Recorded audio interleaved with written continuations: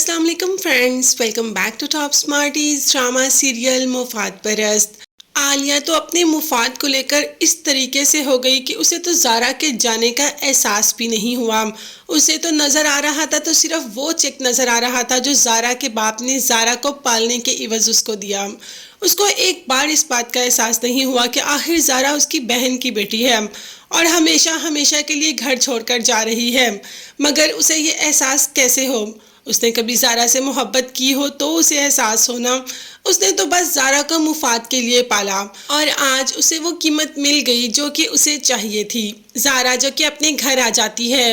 तहरीम तो ज़ारा का बहुत ही वार्म वेलकम करती है, इतनी अपनायत का एहसास दिलाती है। मगर ज़ारा को पता नहीं अब किसी रिश्ते पर एतबार रहा ही नहीं, क्योंकि उसे अपनों ने उसे इतने दर्द दिए, इतनी ठोकरें दी कि अब तो उसे मोहब्बत वाले लफ्ज़ पर यकीन ही नहीं है। आदि भी ज़ारा के वहाँ जाने से बहुत खुश है। जैसे ही ज़ारा को कॉल करता है तो उसे कहता है कि काश तुम ये फैसला पहले कर लेती तो तुम्हारी ज़िंदगी में इतनी मुश्किलें ना आती।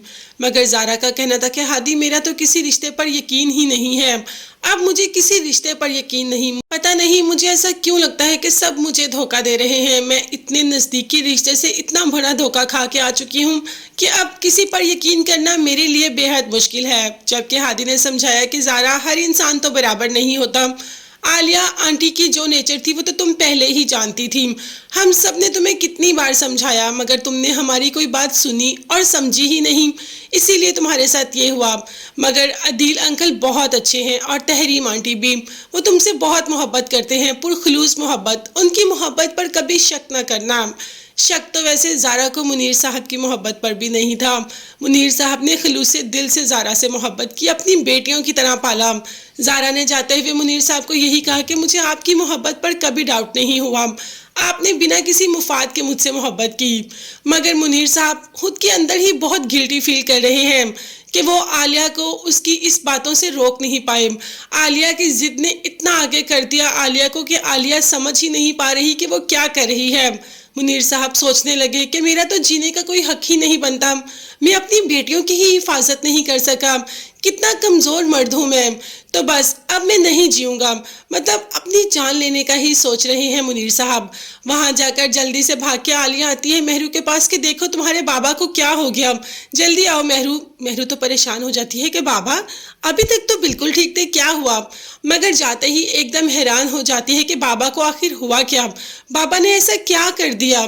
खैर जल्दी से हॉस्पिटल तो मुनीर साहब को ले ही जाते हैं। मुनीर साहब ने अपनी ही जान लेने की कोशिश की, साथ ही हादी को भी कॉल कर देते हैं कि हॉस्पिटल आ जाओ, बाबा की तबीयत बिल्कुल भी ठीक नहीं। खैर मुनीर साहब इस जिंदगी हारेंगे तो नहीं, बच तो जाएंगे, मगर आलिया को उसके किए की सज़ा ज़रूर दिलवाएंगे। सज़ा क्या, आलिया को तो एहसास ही दिलवा सकते हैं, मगर आलिया को भी एहसास दिलवाना इतना आसान तो नहीं।